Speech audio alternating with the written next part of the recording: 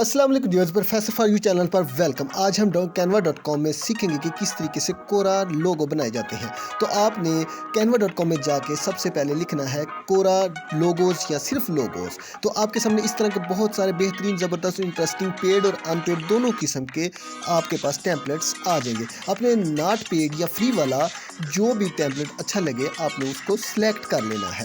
Select करेंगे तो इस तरीके से वो एक अलग विंडो में आपके सामने खुलकर आ जाएगा। ये देखें, ये ज़बरदस्त तरीके से आपके सामने आ चुका है। अभी आप इसमें एडिशन कर सकते हैं, जो भी आप चीज़ें ऐड करना चाहें, डिलीट करना चाहें, एडजस्ट करना चाहें तो कर सकते हैं। अब यहाँ पर अपना ब्रांड का नाम लिख सकते हैं। मैं यहाँ पर अपना नाम लिख देता हूँ कि आप अपने ब्रांड का नाम लिख सकते हैं, जो भी आपको अच्छा लगे आप लिख सकते हैं। ये देखें, ये मैंने अपना नाम लिख दिया यहाँ पर।